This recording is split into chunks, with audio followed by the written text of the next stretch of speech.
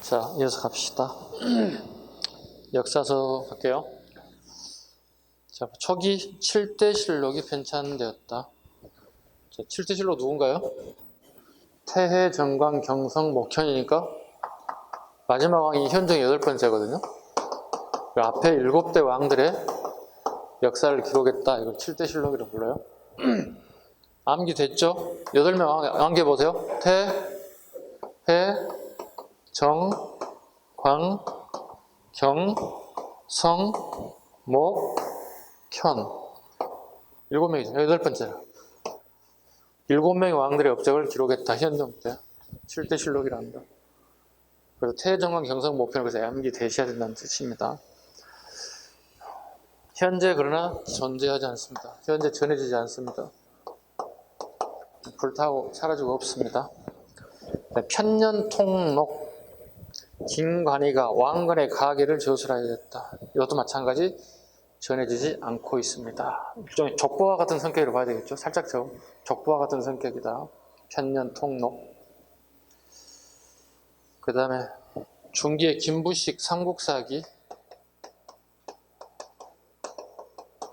이건 너무 많이 나왔죠. 이건 출제 다수. 출제 다수. 올해도 기출됐습니다. 2021년에도 기출이 됐습니다. 언제든지 나올 수 있는 게 김부식의 삼국사기다 보시면 되겠습니다. 삼국사기는 어떻게 고구려 백제 신라 얘기를 들은 거예요, 그죠? 이게 김부식이 보는 관점에서, 그러니까 이게 1145년이거든. 1145년에 편찬되는데요. 918년에 고려가 건국됐잖아요. 그러니까 시기로 본다면 200~300년이 지나고 난 다음에 책을 쓴 거야.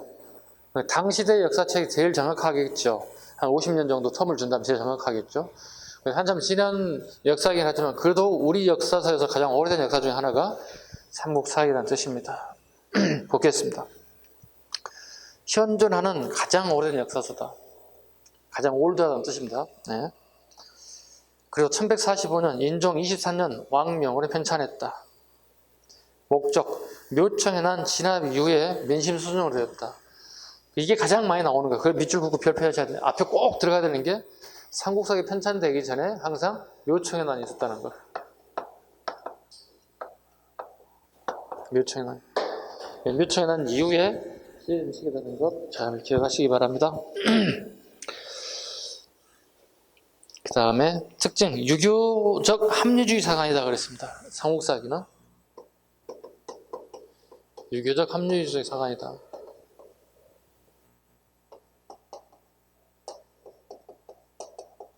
이게 삼국사기입니다.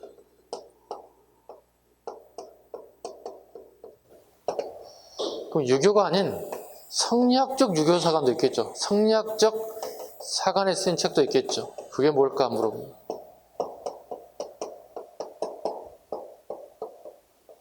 이재현의 사략입니다. 고려말. 뭘 구분해야 돼? 아까 유교하고 성리학은 설명드렸어요. 그죠? 유교에 업그레이드 시키는 게 아마 성리학으로 보시면 돼요. 그죠?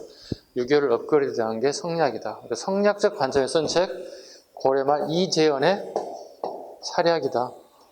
이재현의 사략이다. 그 다음에 기전체다. 기전체. 역사를 서술하는 방식이 있죠. 네, 첫 번째가 기전체. 편년체.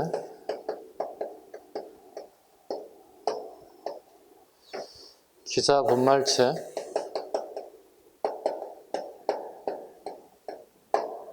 네 번째.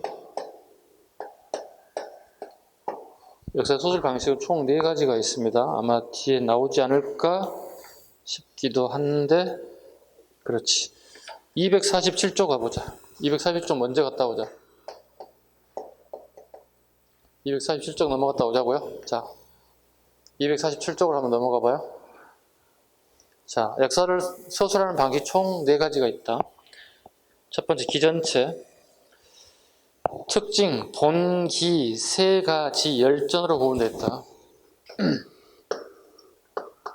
본기 세 가지 열전의 방식이에요. 이거는 황제국에 대한 얘기, 제후국 또는 왕에 대한 얘기, 그 당시에 있었던 일 또는 사건, 이런 걸 기록하는 거. 열전, 그 당시에 이인들이 뭐냐 이렇게 물어보는 것들 갖다 얘기합니다. 본기 세 가지 열전의 방식이다. 대표적인 사서 삼국사기, 고려사, 동그라미 쳐볼게요. 삼국사기 사에 동그라미 쳐봐. 사. 기록한다는 뜻이죠. 그 다음에 고려사의 사에 동그라미 쳐봐. 통사의 사, 해동역사의 사, 거의 대부분 사로 끝난 책들은 전부 다 기전체예요. 외우지 말란 얘기야. 아셨죠? 3분의 2 정도, 100%는 아닌데 3분의 2 정도가 사로 끝나는 것들은 거의 대부분 기전체 방식이에요. 자, 봐봐요. 지금 우리 하고 있는 게 삼국사기거든. 삼국사기는, 자, 봐봐. 우리나라는 고려라는 나라가 황제국이에요, 왕이에요? 왕이잖아요. 태정태세 문화 다 왕이잖아요. 그죠? 자, 봐봐. 그럼 우리나라 왕은 어디에 집어 들어가야 돼? 본기에 들어가야 돼? 세가에 들어가야 돼? 우리 왕의 역사를? 그치. 그런데 물어보는 이유가 있죠. 고려의 왕들의 역사를 여기에 집어넣지 않았어요. 그럼 어디 넣어야 돼? 그렇지. 고려 왕의 역사를 여기에 기록하고 있다고. 이해 가셨죠? 그래서 삼국사기는 봐봐. 시험 선택지 지문이 이렇게 나올 거야. 잘 봐봐. 옳은지 틀린지 여러분 OX 해줘봐. 삼국사기는 1145년 인종의 명에 따라서 김부식이 편찬하였는데 그 소설 방식은 본기 세 가지 열전의 방식으로 소설하였다. OX? X? 이유는? 뭐가 빠져야 되기 때문에? 그렇지. 세가가 들으면 안 된다고. 이게 아주 기본적인 거예요. 뭐죠? 그럼 우리 프라이드를 내세우는 거야. 우리는 황제국이야. 고추고도 이런 얘기하고 있어요. 여기 들어가면 안 돼요. 세가가 들어가면 안 됩니다. 아셨죠? 이렇게 시험 문제 방법입니다. 푸는 방식. 아까 기원, 사마천의 사기. 이거 기출이에요. 중국 거니까 안 해도 돼. 하지만 안 돼. 기출이라고 적어놔야 돼. 사마천의 사기. 사마천의 사기가 어원이다. 출발점이었다는 수술 방식이. 아까 사마천이 무슨 형벌을 받았다고 썼지? 기억나세요? 네, 우리나라에 태장도 유사가 있지만 우리는 없는 거 하나 있다고 그랬죠. 궁형. 네, 남성의 성기를 잘라버리는 아주 잔인한, 잔혹한 이런 형벌을 받은 게 궁형인데 네, 사기의 저자 사마천이 궁형을 받았습니다. 편년체 갑니다. 연대춘, 연월일. 요거 살짝 연월을 그 밑에 적어. 우리 어렸을 때 일기장 쓰는 방식으로 적으면 돼요. 초등학교 시절에 우리 일기 써봤지? 몇 년, 몇 월, 며칠. 그죠? 날씨 흐림. 오늘 친구가 무엇을 했다. 나는 공부를 했다. 숙제를 했다. 이런 걸 적는 것들. 자, 대표적인 거 보겠습니다. 실록, 절요, 통감에 동그라미 쳐봐. 실록, 절요, 그 다음에 통감 동그라미 쳐봐. 이렇게. 그럼 끝나는 글자가 실록, 절요, 통감으로 끝나는 건 전부 다 편년체예요. 이건 뭐죠? 연, 월, 일. 일기 쓰는 방식이에요. 연월 방식이에요. 자, 그럼 대표적인 게 뭘까? 조선, 왕조, 실록. 우리가 자주 얘기하는 조선왕실록 뭐예요, 그러면? 편년체예요. 연, 월일 방식에 몇 년, 몇 월, 며칠 날 누가 무슨 일 했다. 그 다음에 삼국사 절요. 그 다음에 뭐야? 고려사 절요. 붙이면 되게 살짝. 그 다음에 동국통감. 이렇게. 에어플 이것은 실록, 절요, 통감으로 끝나는 땡땡 실록 이렇게 와야 돼요. 그러니까 실록, 절요, 통감을 까먹더라 보니까 이렇게 여러분들이. 그래서 이렇게 해볼게요. 땡땡이라는 단어를 넣어볼게요. 땡땡 실록, 땡땡 절요, 땡땡 통감 이렇게 하면 안 잊어먹는 것 같아요. 우리가 실험을 좀 많이 해봤어요. 그랬더니 이렇게 외워보세요 하고 일주일에 하고 뒤에 또 일주일에 뒤에 훨씬 더 효과가 좋은 것 같았어요. 실험 결과 땡땡 실록, 땡땡 절요, 땡땡 통감 전부 다 편년체 방식이더라. 기사 분말체 갑니다. 기사 분말체. 시간별로 사건마다 발단과 결과를 중심으로 하더라. 발달과 결과 중심이더라. 볼게요. 어찌어찌 해서 어찌어찌 됐다. 네. 이런 방식이 기사 분말체 방식이에요. 대표적인 게 지금 연료실 기술이에요.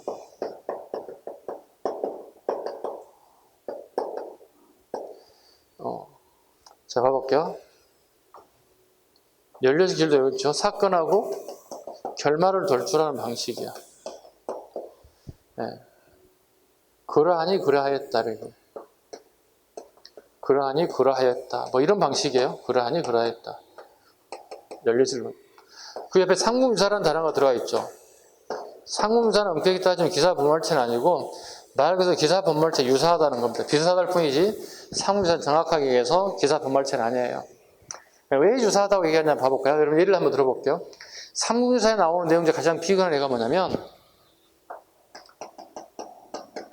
서동요 모르는 사람은 간첩이야. 우리나라에 정규 과정을 겪었던 사람은 서동요를 다 알 거야. 백제 왕자 서동이 신라 공주 선화공주를 꼬시기 위해서 신라에다가 노래를 퍼뜨렸어. 신라 공주 선화공주는 이렇게 노래를 불러서 퍼뜨렸다고. 매일매일 밤마다 누구를 만나서 서동을 만나서 요즘 말하면 데이트하고 저녁 새벽 늦게 들어간다네 이런 노래를 퍼뜨렸다고요. 이거를 서동이 퍼뜨렸다. 이거 서동요라고 부른다고. 그럼 결국 봐봐. 둘이 열심히 연애해서 결론은 해피엔딩으로 끝났어요. 둘이 결혼해서 잘 먹고 잘 살고 서동 훗날에 왕이 돼서 백제의 왕이 됐다고. 무왕이 됐다고. 이 내용을 본다면은 그러니까 해피엔딩으로 끝났죠. 어쨌든 과정을 거쳐서 우리 지금 현재 남녀 간의 연애 과정이라 보시면 돼요. 여러분들 연애를 한 번쯤 해봤을 거니까 남녀가 어떤 과정을 겪었고 좋은 적도 있고 나쁜 적도 있죠. 싸웠던 적도 있고 서로 이렇게 다툼도 있었을 거고 그리고 그렇지만 결과적으로는 해피엔딩으로 끝나서 잘 먹고 잘 살았다는 이런 얘기예요. 그러니까 과정과 결말을 도출하는 방식. 그래서 상무유사 그래서 유사하다는 용어를 쓰는 거예요. 그래서 상무유사에 더 적어놔야 돼요. 유사하다 적어야 돼요. 유사하다 적어야 돼요.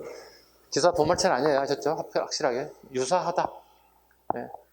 대표적인 것도 적어놔야 돼요. 서동요를 살짝 적어. 서동요의 그게 스토리 전개 과정이 과정과 결말을 도출하는 방식이더라. 자, 지금 쭉 나열된 책 중에서 여러분들이 어떤 소설 방식책이 가장 여러분들이 쉽게 읽힐 것 같아요? 여러분 복잡한 거 싫지? 책 500페이지, 1000페이지짜리 읽으라면 되게 짜증나지? 읽다가 짜증나서 버리잖아, 포기하거나. 그래서 상무유사는 어떻게 해요? 과정과 결말, 어떻게 됐어? 어떻게 됐대? 그러니까 과정과 결말로 보면 되는 거야. 되게 쉬운 공부가 기사 분말체예요. 과정이 어땠어? 둘이 연애했대. 그래갖고 어떻게 됐어? 둘이 잘 먹고 잘 산대. 얼마나 좋아. 심플하잖아.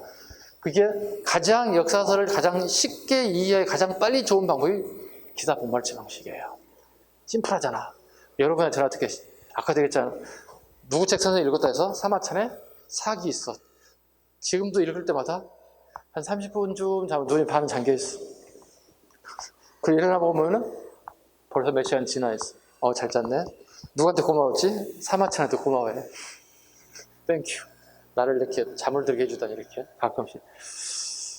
마찬가지 아닌가 여러분들?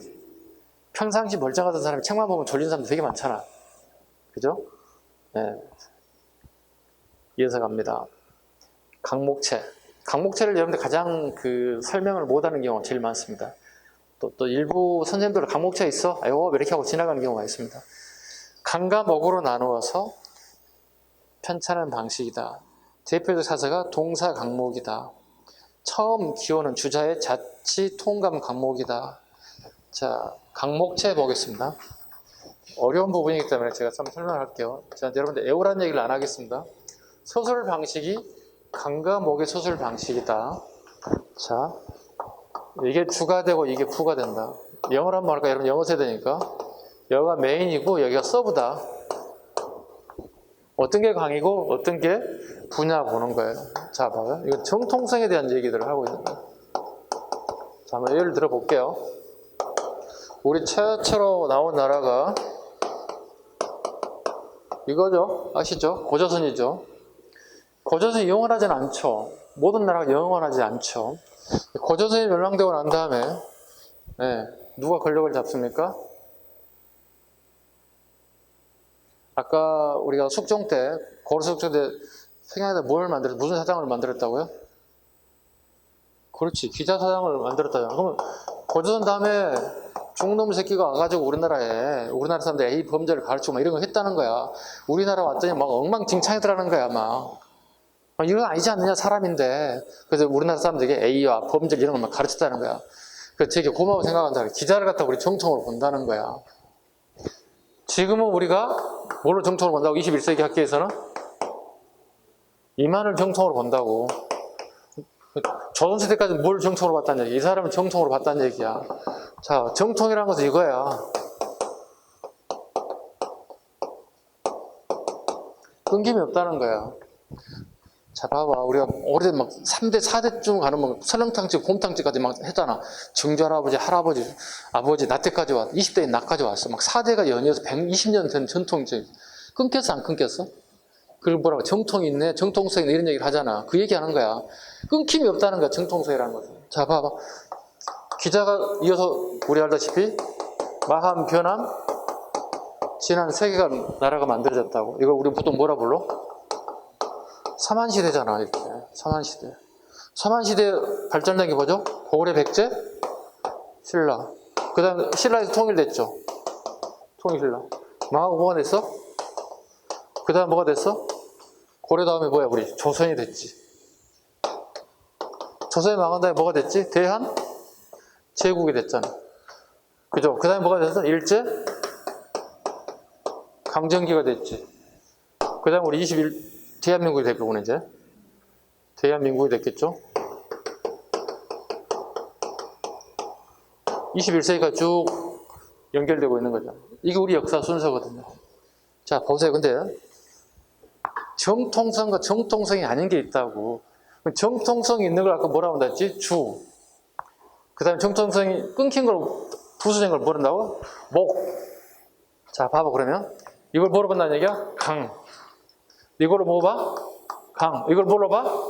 강. 이걸로 뭐 봐? 강. 이걸 뭐로 봐? 강. 강. 강. 강으로 본다는 얘기야. 대신 일제강점기 뭐로 본다는 얘기야? 목이지. 자, 그럼 대한민국하고 라이벌이 하나 더 만들지 않나? 조선민주주의 인민공화국. 북한 애들. 그럼 북한 애들 우리가 정통으로 봐야 돼? 정통이 아닌 걸로 봐야 돼? 정통이 아니지. 우리 입장에서 봤을 때 그건 뭐야 되는 거야, 이게? 목이지. 근데 봐봐. 고려시대 우리 언간석기가 있지. 언간석기 뭐로 봐야 돼? 강으로 봐야 돼? 뭐로 봐야 돼? 목이잖아. 한 100년 가까이 우리가 원나라의 지배를 받았잖아. 그 역사를 공부하긴 공부하는데 정통이 아니라 이건 목이지. 이거야. 어떤 걸 정통으로 보고 어떤 걸 정통으로 보지 않는다는 얘기하는 거야. 이런 방식으로 쓰는 방식으로 강목체를 한다. 봐, 우리 북한의 역사를 우리 책에도 나와요. 근데 거의 안 하죠. 왜? 굳이 이것도 바쁘 죽겠는데 이거까지 할 시간이 없잖아요. 실제 출제되지 않아요. 그러니까 하사관 시험들이 있죠. 준사관 시험 볼 때는 북한 역사를 해야 돼요. 거기는 출제가 돼요. 근데 우리 일반직 공무원들에서는 한능검이라든가 일반직에서 이거 볼 필요 없어요. 북한 것은요. 저희가 출제하면 어떻게 할까요? 여러분 공부 부담이 이만큼 늘어나. 가만히 있는 게 좋아. 출제해주지 마, 이러지 마, 제발. 여러분 선배들 학교에 나가시면 북한의 역사를 알아야 되지 않겠냐 이런 사람 한 사람도 없어. 왜? 우리 것도 양이 너무 많아서 죽을 맛인데 막 1500, 2000페이지 막 되는데 얼마나 힘들겠어. 자, 강목제 가셨죠? 무슨 말인지. 그죠? 강목제 뭔지 아시겠죠? 네. 단지 바뀐 거 하나 뭐가 있다고? 지금 현재 21세기 강을 뭘 보고 있다? 기자 이만? 이걸 강으로 보고 있다. 21세기에는. 그러나 그 전까지 조선시대까지 뭘로 강을 보고 있다고? 기자를 강으로 보고 있다는 뜻입니다. 강목제. 어떤 게 메인이냐, 어떤 게 서브냐에 따라서 강과 목으로 구분한다. 이걸 서술하는 방식을 강목으로 얘기하고 있다. 이해 가셨죠? 이해 가셨죠? 자, 그래서 거기 보시면 동사 강목 있잖아요. 동사 강목이 누구냐면 적어놔야 돼. 안정복이라고 적어놔야 돼. 동사 강목 안정복 적어놔야 돼. 이 사람은 조선 후기 사람이에요. 후기 사람이고 성호 이익의 제자예요. 그 유명한 이익의 제자예요. 이익의 제자예요. 동사 강목에서 이렇게 얘기하고 있다고요. 동사 강목에서 이걸 얘기하고 있다고. 그래서 동사 강목에서 중요한 게 뭐냐면 삼한 정통론에서 우리 역사는 봐봐. 고조선, 기자, 그 다음에 마한 변환, 즉 사만이 우리나라를 끌고 나간 정통성이었다. 이렇게 얘기하고 있다고. 이걸 일명 사만 정통농 내세요. 살짝 적으면 돼. 동사 강목에다가 안정복 적고 사만 정통농 적어요. 정통이 뭐죠? 끊이지 않았다는 거야. 마한 변환 진안에서 고력 신라가 연결되면서 끊이지 않고 지금 21세기까지 오고 있죠. 이걸 강목체라고 합니다. 다시 앞으로 가겠습니다. 자, 강목체 끝나고 앞으로 다시 옵니다. 243쪽으로 다시 오세요. 자, 무신정변과 몽골 침략 전후에 민족적 자주의식과 전통 문화를 중시하였다고 살짝 저거 바꿔. 중자하고 빠져버려서 중시하였다. 자, 그럼 무신정변하고 몽골 침략 이후에 우리 책들이 뭐가 만들어진 나와? 다음 페이지 나와요. 244쪽. 244쪽 보시기 바랍니다.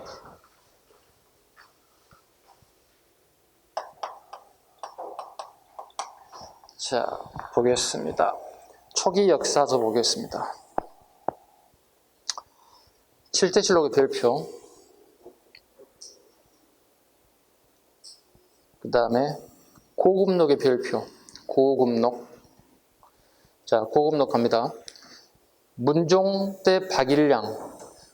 숙종 1년에 사망했다. 그러니까 고급록이라는 말을 우리말로 번역하면 옛날 얘기를 기록 적어요. 옛 얘기를 기록 적어요. 고급록이라는 말은 우리말 그대로 번역하면 옛 이야기를 기록했다는 뜻이에요. 고급록이라는 뜻입니다. 옛날의 글들을 모아서 기록했다. 근데 이 사람이 숙종 1년에 사망했기 때문에 문종이 될 수도 있고 숙종 1년이 될 수도 있어요. 그래서 그 박일량의 고급록은 시험 나기 어려워요. 왕의 두 개가 겹치게 되면 출제하기 되게 어려워요. 오류가 많이 발생할 수 있어요. 또 복수정답이 나올 수도 있어요. 대신 오른쪽에 똑같은 고급록이 한 번 더 있어요. 두 개 더 있어요. 충렬왕 때, 그 다음에 공민왕 때 고급록이 한 번씩 더 나옵니다. 자, 고급록 245쪽 제일 하단부로 와보세요. 고급록 와보세요. 그거 제일 밑에 거 보시면 원간섭기 유교사관의 부활 부분에서 그 가로 열고 고급록이라고 적어 놓으세요. 고급록 적어 놓으세요. 지금 편집 과정에 이게 빠져버렸어요. 고급록 하시고 땡땡 하시고 시대별 구분 적어놔요.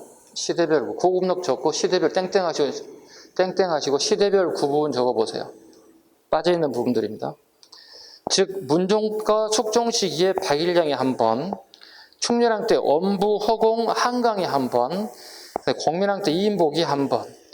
자, 이건 선생님이 이제 모의고사 자주 내는 부분 중에 하나가 엄부, 허공, 한강 시기에 고급록이 편찬되었습니다. 이 시기에 사실 가장 옳은 것을 고르세요. 그러면 충렬왕 고르라는 얘기야. 또 반대로 오른쪽 가봐.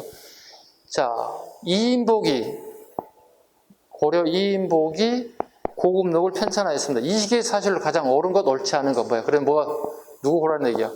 공민왕의 업적 유무를 알아는 뜻이에요. 그러니까 그 작자를 알아야 돼. 고급록은 총 3권이 나왔기 때문에 책 제목을 외우는 게 아니에요. 그 작자가 어느 시대인지를 찾아내라는 거예요. 이게 시험 요소예요. 모의고사 그다음에 끊임없이 나올 거니까 연습 좀 하셔야 돼요. 자, 다시 갑니다.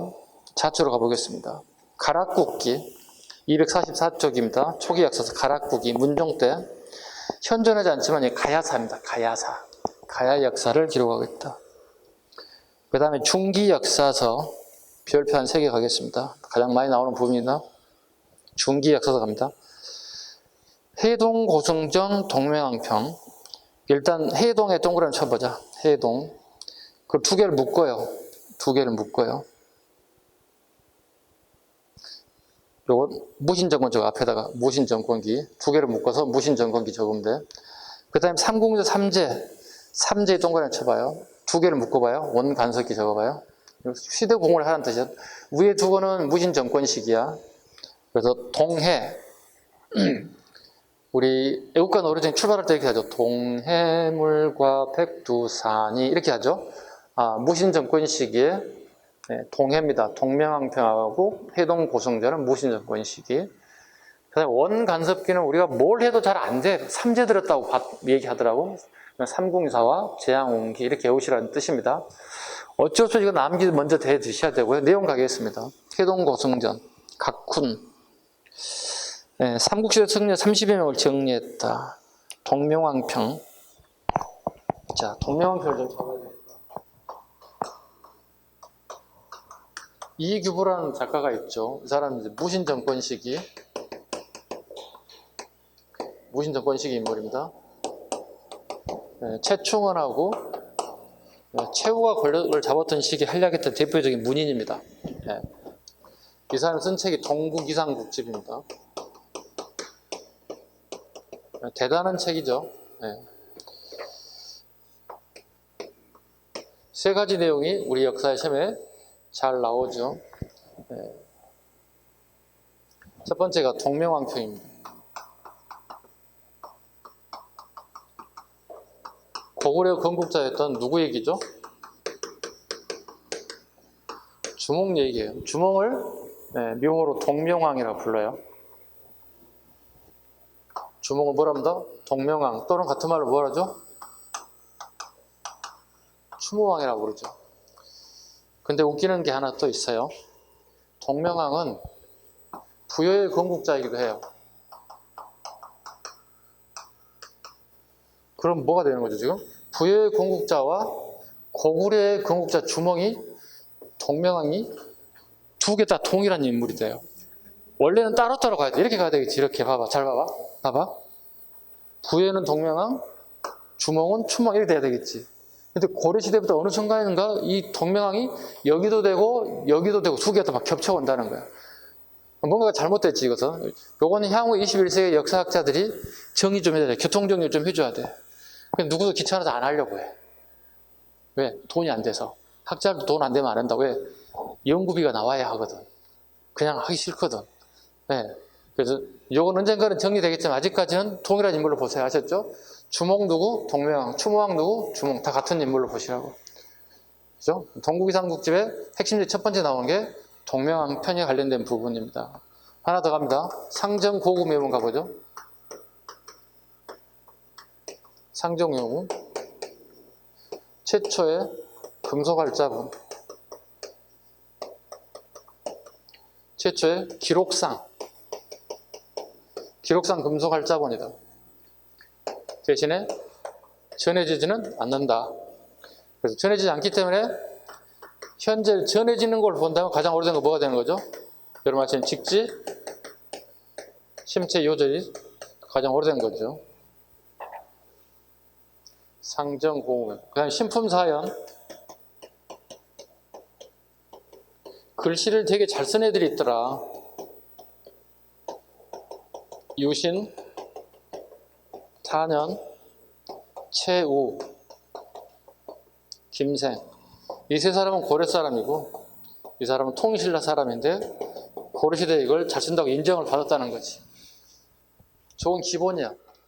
우리 공무시험을 준비한 친구들이라면 이규보의 동국이상국집을 모르고 그 다음에 동명왕평 상정고구묘문 신품사연이 무슨 말인지 모르면 안 된다. 이게 다 여기 실려있다고. 여기 서로 실려있다. 이 사람 큰 책 중에 이런 내용들이 가장 우리 역사에 나오는 핵심적인 내용이 여기 들어있다는 뜻이지.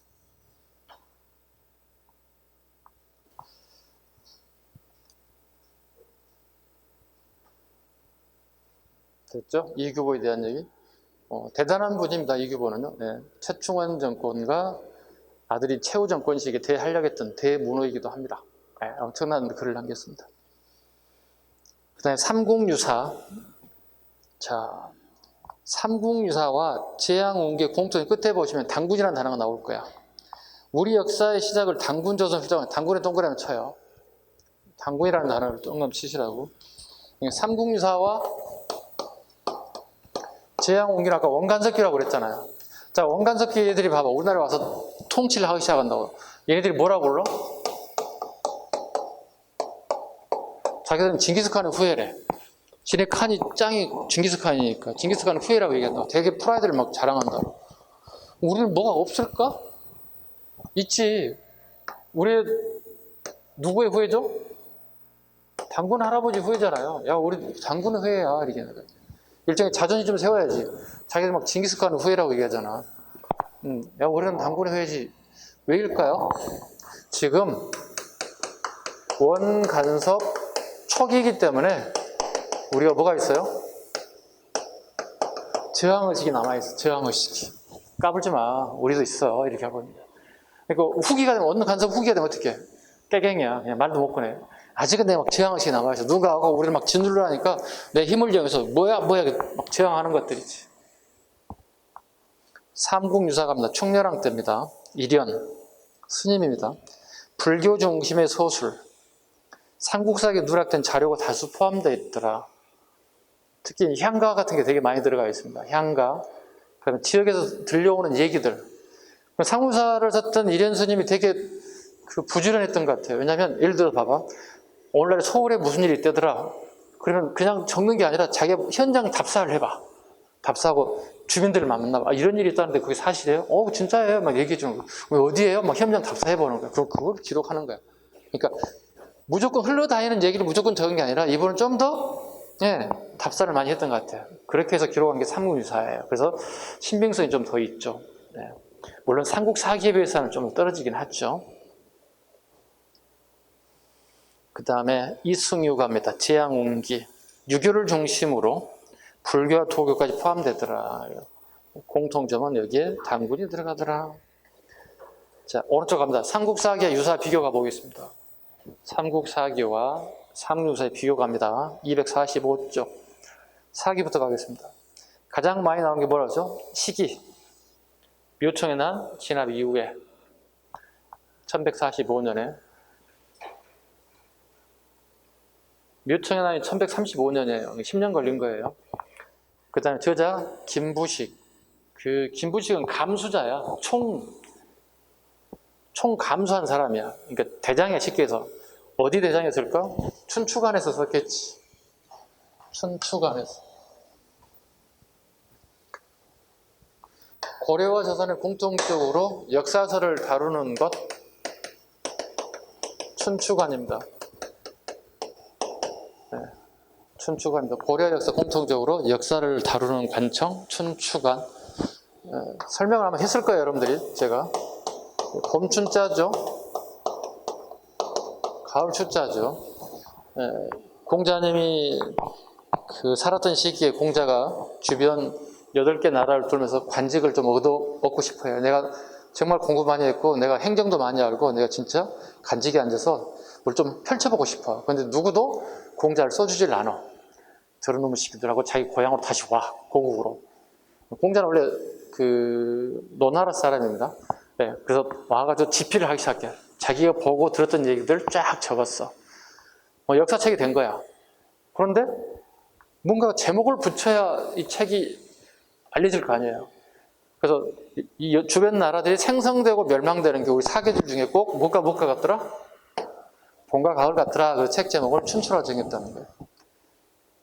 우리도 그러지 않나? 우리가 막 생동하는 우리 나이 때도 보시면 여러분들은 지금 현재 봄에 해당될 것 같은데요?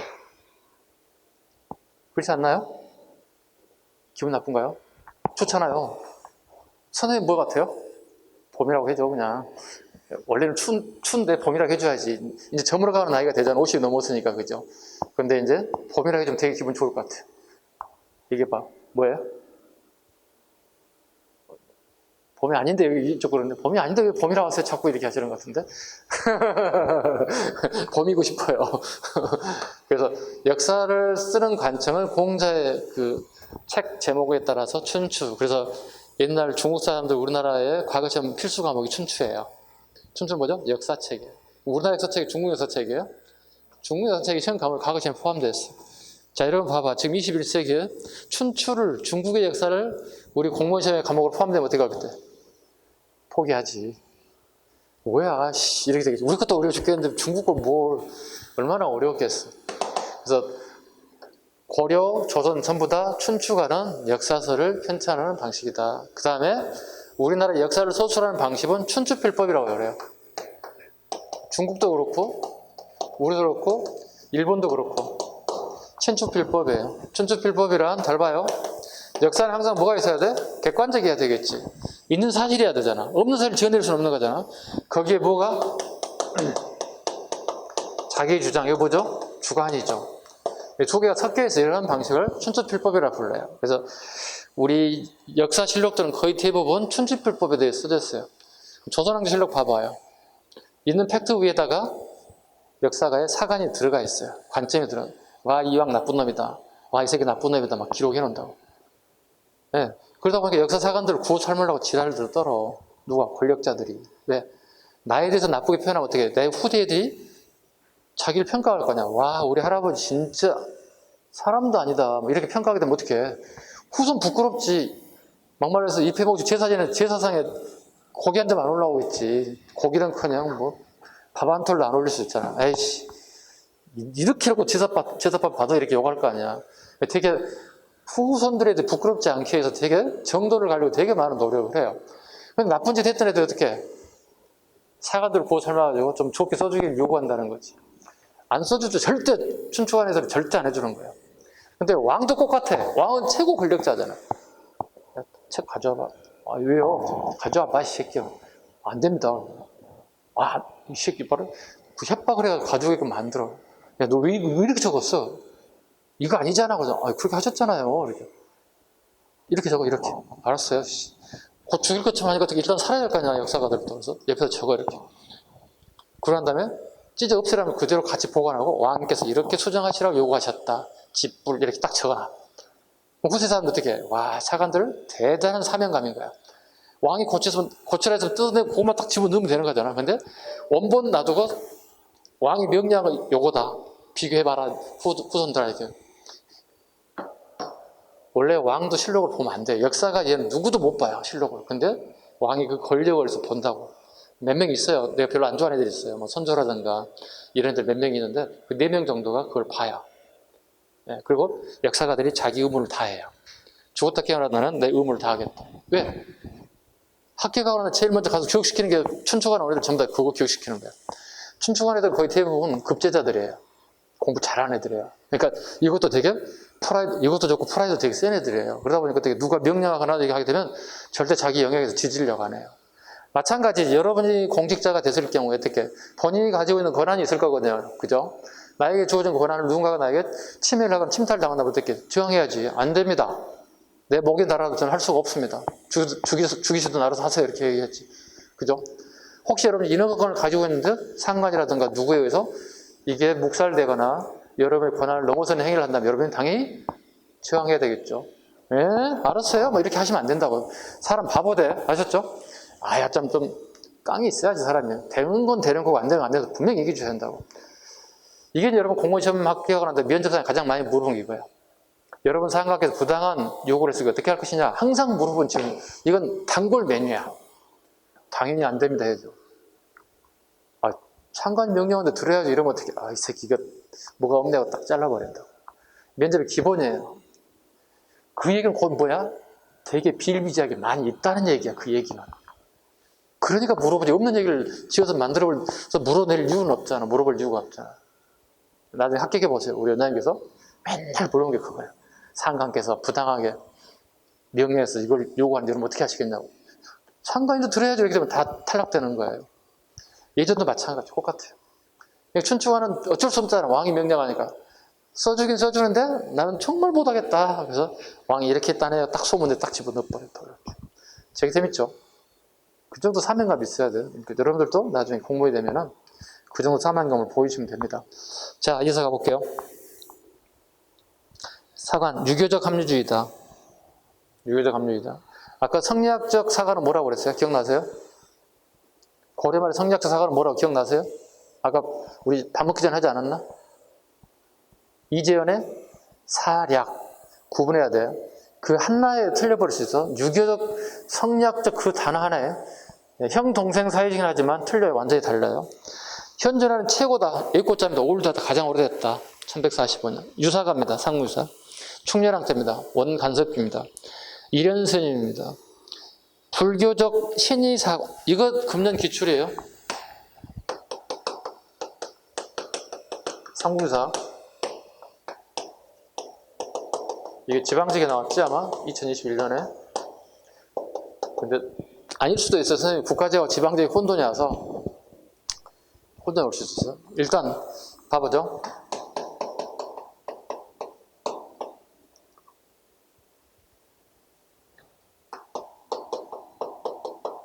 신의사관이에요.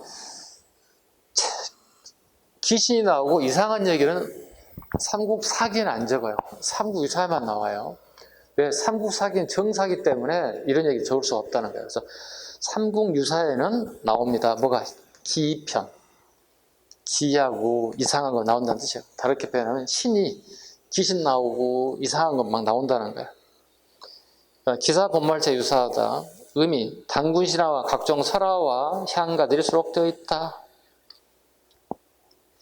그 다음에 고려시대 사관의 변천, 전기, 자주적 사관. 이제 막 나라가 막 생각해도 되게 자주적이에요. 프라이드가 있어요. 7대실록이 대표합니다. 중기, 합리적 유교 사관. 대표적인 삼국사기, 유교 영향을 많이 받죠. 후기, 자주사관, 동명왕편, 제왕홍기. 이거 언제예요? 동명왕편 나온 게 언제예요? 동명왕편? 이규보의 동명왕편. 무신 정권 시기. 무신 정권 시기. 제왕홍기는요? 원간섭기. 그러니까 우리가 무신 정권 시기하고 원간섭기 시기에 이렇게 자주적 사관이 막 등장한다는 거예요. 말기, 성리학적 유교 사관. 아까 이재현의 사략 다 구분하시, 시대별 다 구분하셔야 돼요. 그 다음에 원간섭기 유교 사관의 부활. 원간섭기에도 유교 사관 부활이 옵니다. 그 원간섭기 유교 사관은 자연스러운 겁니다. 왜냐하면 잘 보세요. 잘 모르는 사람도 있을 수 있어요. 원나라가 먹은 게 명나라죠. 그죠? 명나라는 지금 성리학의 나라죠. 성리학의 나라 생기기 전에 중국에 한족들이 생긴 게 어디 다 한족들이 만든 것들이니까 유학일 거 아니겠습니까? 그죠? 그러다 보니 원간섭기에 자연스럽게 우리나라에 유교 사관이 온다는 거예요. 이해가 안 가는 부분이 있을 겁니다. 왜냐하면 봐보세요. 원간섭기에 한족들을 점령해버렸다고. 즉 명나라를 점령해버렸다고. 그럼 막 저항해야 되잖아. 저항하는 게 아니라 원나라 애들이 한족의 문화를 수용하게 돼요. 그러니까 한족들이 처음에 무슨 의미를 가져오냐면 내가 얘네들에게 복속됐다는 생각을 하지 않은 거예요. 그래서 지금 현재 중국 학자들 보면 원나라도 자기 역사로 봐요. 말도 안 되게. 분명히 지들은 원나라에 식민지 생활을 했다고. 우리가 일제 식민지 생활을 하듯이. 근데 원나라 애들이 동화되기 시작해요. 어디에? 한족의 문화에 대해서. 이제 집에서 살아. 게르에서 안 살고 이렇게 야에서 막 게르 지고 살잖아요. 이렇게 이성식 집 지어 살잖아요. 유목민들. 근데 이제는 한족의 문화는 우리처럼 집을 지어서 기와집을 짓고 거기서 사는 게 이제 정착되기 시작. 이게 살다 보니 편하거든. 그리고 또 돌아다니 안 해도 되거든. 왜? 논에서 밭에서 농작물 막 계속 갖다 먹기만 하면 되거든. 그러니까 얘들이 원나라 애들이 유학에 관련된 이런 문화들을 자연스럽게 수용하게 된다는 뜻이에요. 그렇다 보면 원나라의 지배를 받고 있는 우리 고려라는 나라에도 이러한 내용들이 그대로 들어오기 시작한다는 거예요. 그래서 여기 보시면 원간섭기 유교 사관들이 부활되기 시작한다는 거예요. 고금록, 충렬왕 때 엄부, 천추공경농, 충렬왕 때 정가신, 세대 편년조료 충렬왕, 번조 편년광목 오타입니다. 충숙왕입니다. 충렬이 아니라 충숙. 오타입니다. 수정 좀 해주시기 바랍니다. 번조 편년 강목, 민지가 편찬 고려 왕조에 관한 역사. 민지, 번조 편년 강목 충숙 왕입니다. 수정됐죠? 수정하시기 바랍니다. 수정하라는 얘기 뭐죠? 자주 출제되고 있다는 얘기입니다. 다음 페이지 246페이지 이재현의 사략 밑줄 그으시면 됩니다. 이전에 사략만 밑줄을 그었습니다. 사략이 나중에 이제 조선시대에 또 나올 겁니다. 이 사략이 어떻게 변천되는지 또 그때 가서 하도록 하겠습니다. 그 다음에 247쪽 가겠습니다.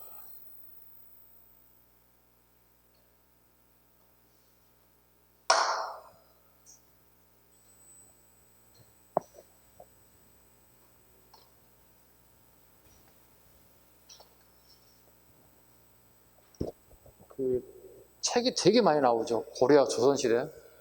그래서 그 공무원 시험을 하면 한 5년 이상 한 친구들도 책 때문에 힘들어해요. 왜 힘들어하는 줄 아세요? 본인이 책 안 읽어봤어요. 몰라요. 책 제목하고 지은이하고 내용을 내가 암기해야 된다는 생각을 하는 거예요. 선생님이 이 책을 읽었기 때문에 암기할 필요가 없는 거야. 왜? 책을 읽는데 보통 일주일 한 달씩만 읽어. 그럼 매일 보는 게 책 제목 지으냐고 내용을 보거든요. 여러분들이 봐봐. 수필이 됐든 소설이 됐든 읽어보면 어떻게 애우지 않죠? 내가 읽고 이해해버렸잖아. 작자가 A라는 작가였어. A라는 작가는 이러이러한 글들을 남겼어. 그리고 이러이러한 글들을 주로 썼지. 그리고 이 책의 내용은 이러이러한 내용이지. 내가 딱 이해해버리잖아요. 이해하기 때문에 애울 필요가 없는 거야. 근데 여러분들 책을 읽지 않았기 때문에 지은이나 책 제목과 내용을 통째로 암기를 하려고 하는 습관이 있다는 거야. 그러지 말란 얘기예요. 그렇게 해봐 효과도 없어요. 여러 경험치를 보면, 그동안 선생님 경험치를 보면 정말 무식한 방법 중에 하나 그 방법이에요. 효과도 없고 점수도 안 나오고 시험 때 기억도 안 나. 왜? 암기는요 한계가 있어요. 24시간 지나가면 내 머리에 남아있는 게 별로 없어요. 그래서 예전에 역사시험은 암기였어요. 15년 전까지 정도는. 그런데 10년 전부터는요 암기에서 푸는 문제가 아예 없어요. 흐름과 개념을 이해하는지를 보는 거예요. 사료를 갖다 내가 이해하는지를 보는 거예요. 다 바뀌었어요. 패턴이 바뀌었어요. 그 패턴에 맞는 공부하라는 얘기입니다. 암기하지 말라는 얘기입니다. 그래서 제가 이거 암기합시다. 이런 것만 외우시기 바랍니다. 제발. 제가 할 수 있는 게 여러분 도움 줄 수 있는 것은 암기를 줄여드리는 것. 대신 영어에다 암기 많이 하셔요. 단어 때문에 죽겠지. 그죠? 중고등학교 때 했던 거 또 해야 되잖아, 지금. 다 까먹었지. 좀 더 고급 어휘도 또 해야 되지. 그 암기 능력 영어에다 발휘하시기 바랍니다. 국사하지 마세요. 선생님 하라는 대로 따라오시면 여러분 합격 점수 나오게 해드릴게요. 거짓말 아니고 진짜로. 합격하신 분 선배한테 물어보면 돼요. 선배, 교수님 암기 안 시켜요. 되게 편하고 좋았어요. 근데 점수 다 나와요. 이상해요. 뭐 이상해? 정상이지. 이상한 거 아니야. 정상이야. 지극히 정상인 거예요. 선생님 자체가 암기한 걸 싫어해요. 자, 보자고. 성리학의 수용 보겠습니다. 247페이지.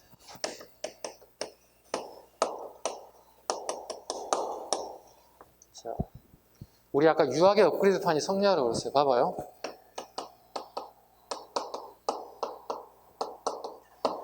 불교의 가장 이상향 성, 도교의 가장 이상향을 리라고 불러요. 그럼 성리학을 공부를 잘하게 되면 전제조건이 뭐가 돼요? 베이스가 뭐가 깔려야 되는 거야?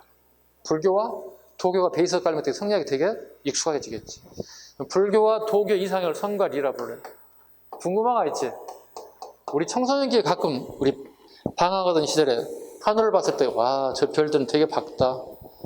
그런 생각 많이 해봤잖아. 자, 우주는 저 어느 정도 될까? 이런 거 해보셨잖아요. 나는 착한 사람일까? 나는 태어날 때부터 악한 사람일까? 성선설, 성악설, 일종의 이걸 또 뭐라 하죠? 심성론이라고 그러죠. 이런 거 고민 많이 해보지 않나요? 그쵸? 이게 합쳐진 걸 우리 뭐라 불러요? 성리학이라 불러요. 이걸 누가 만들었어요? 주의가 만들었어요. 송나라가 망해서 남송과 북송으로 이렇게 만들어져요. 여진의 공격에 의해서 송이 망하게 돼요. 그래서 주의가 남쪽으로 도망가요. 저 밑으로 남쪽으로 도망온다고요. 북쪽을 빼앗기고. 그래서 이 시기를 남송, 북송 얘기한다고. 요 사건을 보면 정강지변이라 불러요. 여진족이 누굴 먹었어? 송을 먹었다고. 왕조를 죽이고 막 생포하고 막 난리가 났어요. 송나라 망해가는 과정이에요. 남쪽으로 도망왔던 주의가 제일 하고 싶은 게 뭘까요?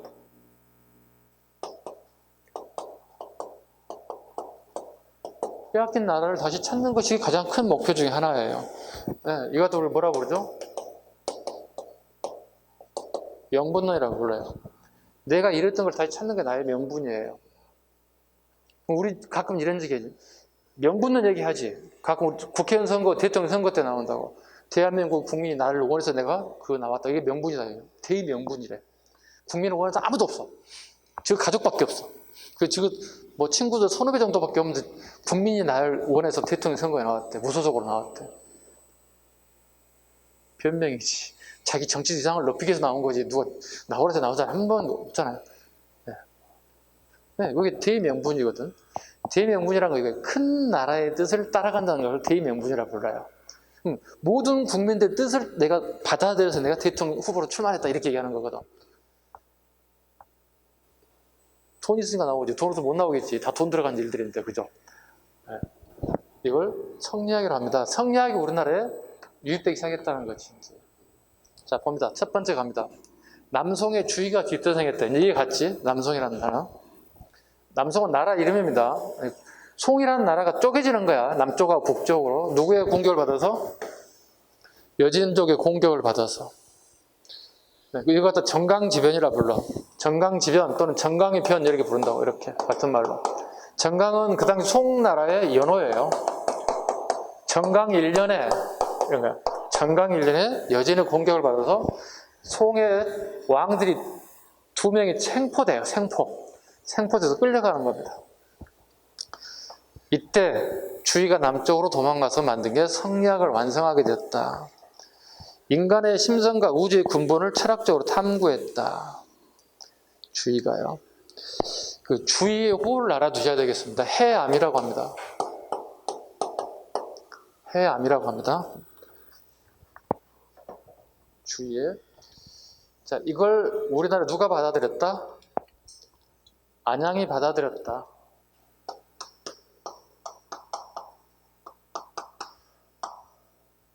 이걸 해헌이라 불러요. 같은 사람, 해헌은 호예요, 호. 그러니까 주위를 갖다가 자기 스승으로 보고 있는 거야. 그래서 자기는 스승의 호를 비슷하게 해암을 따라서 나는 해헌이라고 하겠다. 이렇게. 기출이에요. 별거 아닌 것 같은데 기출이에요. 왜요? 성리학에서 해암과 해헌을 알아야 한다는 뜻이에요. 어려운 거지만 우리 시험 정도는 이 정도까지가 안 나와요. 아니, 여기서 성리학에 뭐 깊은 건 나오지 않아요. 여러분들 뭐 침성론이니 뭐 이런 거 안 나온다고요.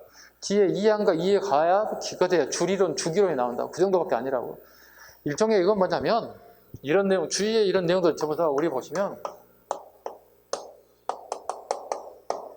동양 철학이에요. 되게 어려워요. 역사 내용이라보다는 철학들이에요. 내용을 분석해 보면 이게 되게 어려운 거예요. 여러분들 주리론 하나만 해도 한 학기 내내 하겠죠. 대학 같으면. 주기론 가지고 하는 내내 하고 1년 내내 하겠죠. 그거 왜 하는지 모르겠어요.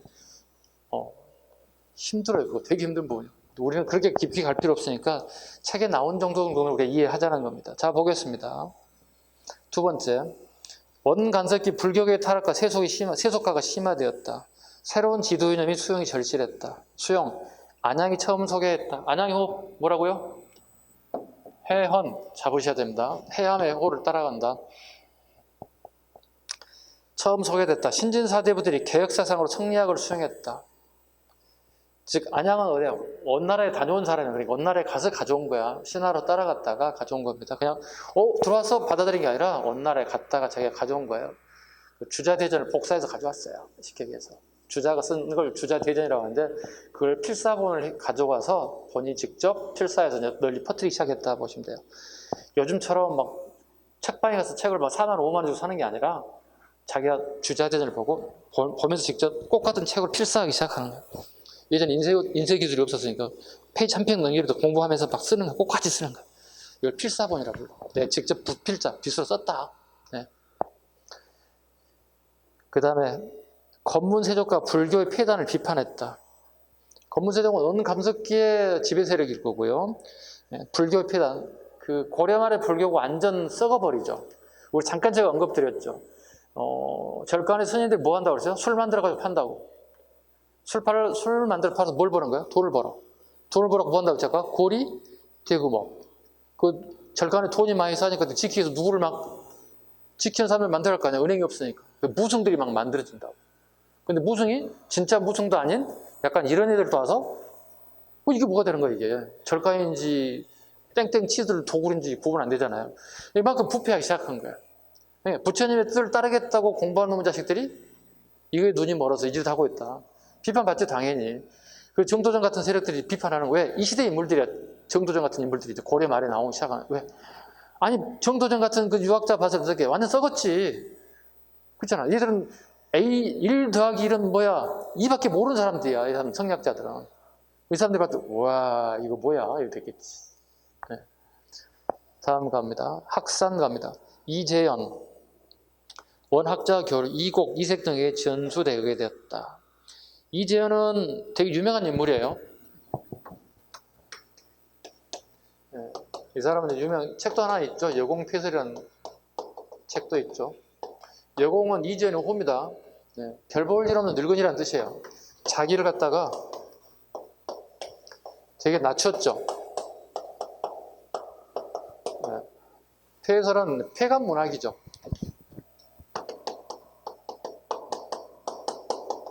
그 시대에 흘러다니는 얘기를 막 기록했다는 뜻이에요. 폐간 문학의 대표적인 인사이기도 합니다. 이재현. 이재현이 쓴 책 아까 방금 얘기했던 뭐였죠? 사략.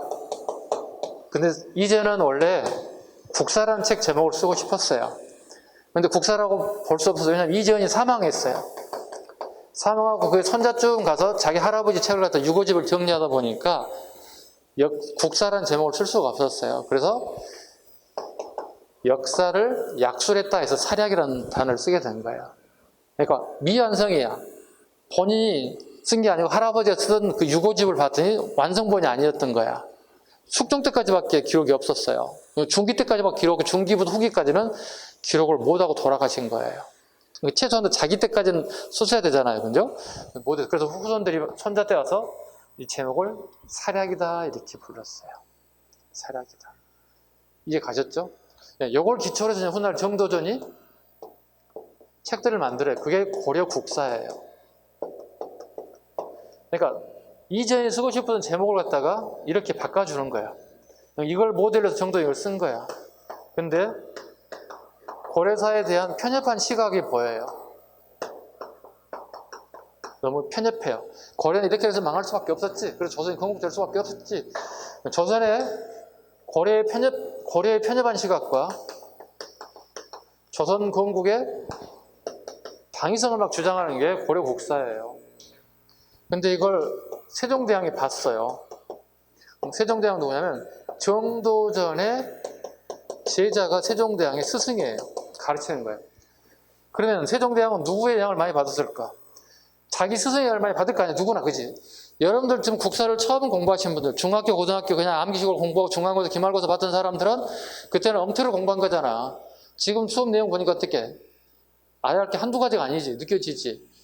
중고등학교 되게 시간 관계에서 선생님이 많이 깊은 내용을 가르치지 못했을 거란 말이야. 국사라고 하는 과목을 처음으로 저한테 성인이 되고 난 다음에 이해하면서 역사가 이거구나 처음 배운 거거든요. 제대로 된 역사를 처음 배울 거거든요, 여러분들이. 봐요. 세종대왕은 이미 정도전에 제자였던 권땡땡 아저씨로부터 이걸 배워요. 그럼 고려사에 대한 얘기를 되게 잘하는 인물이 되는 거예요. 누가? 세종대왕이.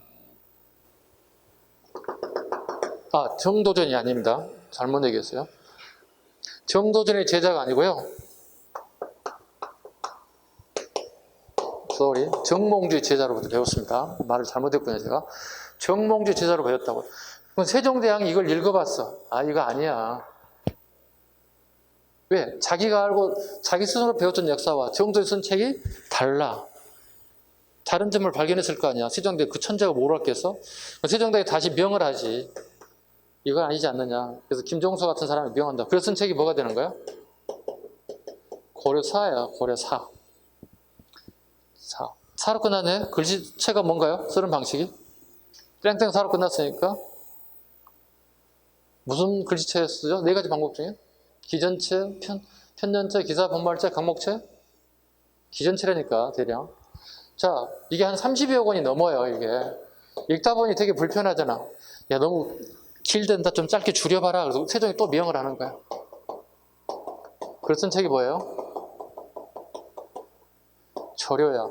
조료란 말은 요약했다는 뜻이에요. 자, 실록, 조료, 통감 무슨 글씨 방식이라고 그랬죠? 땡땡 실록, 땡땡 조료, 땡땡 이거 뭐라고요? 편년체 방식이라고. 이건 편년체 방식이라고. 이건요? 기전체 방식이에요. 이건 한 3권 정도로 줄였어요. 그럼 여러분 30권 읽을래? 3권 읽을래? 고려사를 갖다가. 손 들어봐. 30권. 3권. 그래, 다 3권짜리 읽고 싶겠지.